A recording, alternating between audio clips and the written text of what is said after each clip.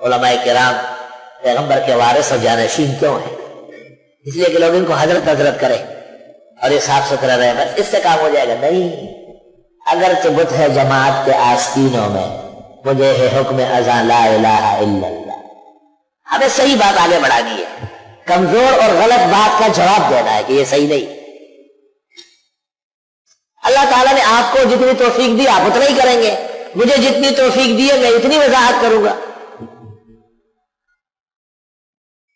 اور جو بڑے علماء ہیں ہمارے صف اول کے ہیں، بزرگ ہیں، سیاسی زعماء ہیں، ان کا فرض بنتا ہے کہ وہ پارلیمنٹ کا ہاتھ روکے، ان کا فرض بنتا ہے کہ غلط پراپیگنڈے علماء طلباء مدارس مساجد کے خلاف، اپنے مولانا ماشاءاللہ اس میں خاطر خواہ، ایماندار اور ذمہ دار ثابت ہوئے ہیں۔ اللہ تعالیٰ ان کی اور ان کے مخلص ساتھیوں کی حفاظت فرمائے۔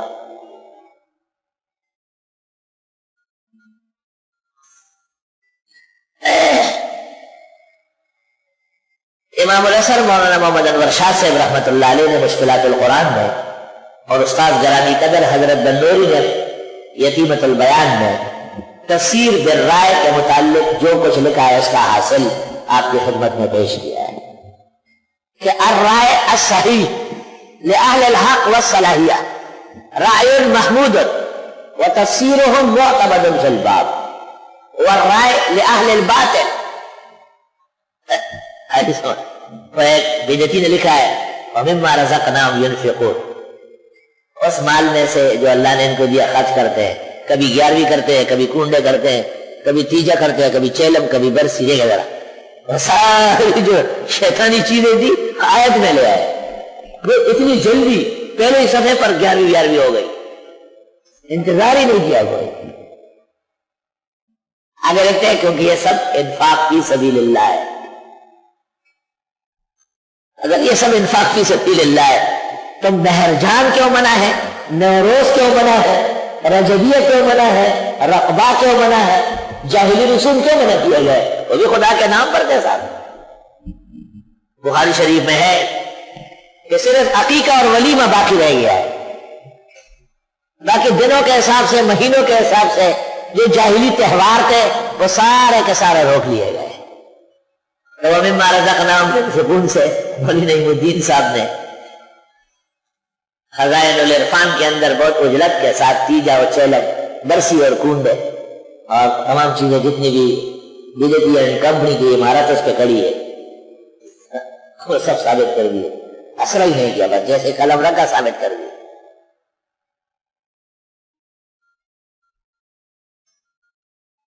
دیکھو یہ ہمارے حضرات کہتے ہیں مبتدئین کہ بدعت حسنہ کو ہم جائز کہتے ہیں، تو دیکھو بدعت حسنہ اور بدعت سیئہ کی بات تو پہلے سے آئی، بہت پہلے سے، لیکن انہوں نے نہ اذان سے پہلے نہ اذان کے بعد کچھ سلام ایجاد کیا، نہ انہوں نے بزرگوں کے تہوار ایجاد کیے، نہ انہوں نے نظر و نیاز کی اجازت دی، اور آپ نے بدعت حسنہ کسی اور معنی میں لیا ہے، اضافہ فی الدین میں، اور انہوں نے بدعت حسنہ ان سنتوں کو کہا ہے جن کا ثبوت ہے لیکن کبھی کبھی ہے، یاد رکھنا۔ مثلا بخاری شریف میں ہے حضرت عمر رضی اللہ تعالیٰ عنہ سے جب تراویح کا پوچھا گیا تو آپ نے کہا نعمت البدعۃ ھذہ، نعمت البدعۃ ھذہ، بخاری فصل فی قیام رمضان، باب فضل قیام رمضان۔ یہ روایت کنز العمال جلد اول صفحہ 176 پر اس طرح ہے ان کانت ھذہ بدعۃ لنعمت البدعۃ ھذہ، یہ بدعت نہیں ہے، نبی سے ثابت ہونے کے علاوہ میں خود خلیفہ راشد ہوں، علیکم بسنتی وسنت الخلفاء الراشدین، اگر اس کو بھی آپ بدعت سمجھتے ہیں تو بہترین ہے، بدعت ہے ہی نہیں۔ قل ان کان للرحمن ولد فانا اول العابدین کے قبیل میں سے، ونتکلم علیہ کلاما مشبعا انشاءاللہ تعالی اذا جاء الاوان ایها الطالب لا تعجل لان العجلة من الشیطان۔ اہل حق، اہل التوحید والسنہ، انہوں نے جتنی تفاسیر فرمائی الحمدللہ وہ اصول دین کا اہتمام فرمایا ہے، والبدع، اہل الزیغ والضلال، انہوں نے جو کچھ کیا ہے حقیقت میں تفسیر نہیں، تحریف ہے۔ ایک مثال دیتا ہوں،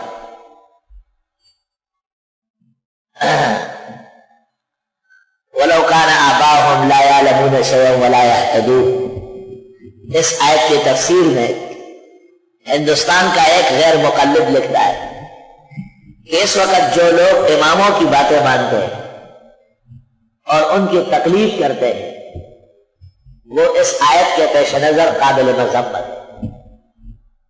اور غلط فہمی سے آج کل یہ ترجمہ اور تحریف حرمین شریفین میں بڑھ رہی ہے۔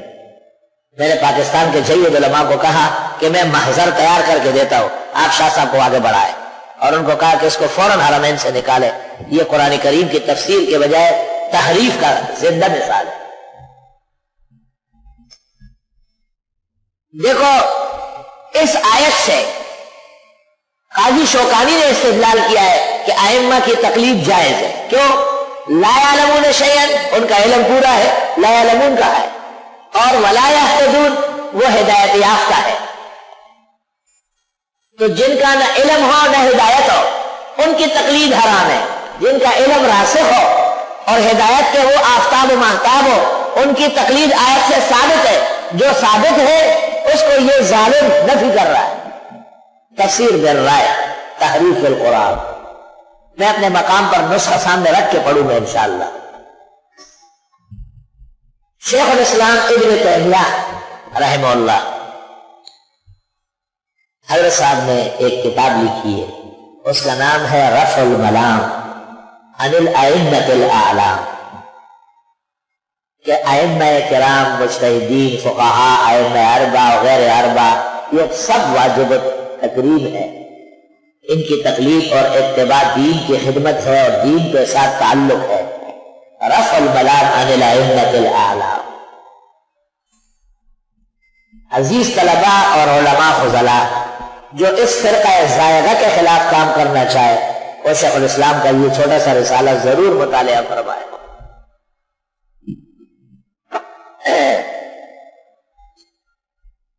بہرحال قرآن کریم کا ترجمہ اور تفسیر اللہ تعالیٰ کی کتاب جاننے کے ذرائع ہے، جس سے عقیدہ محکم ہوتا ہے اور اعمال میں حسن آتا ہے۔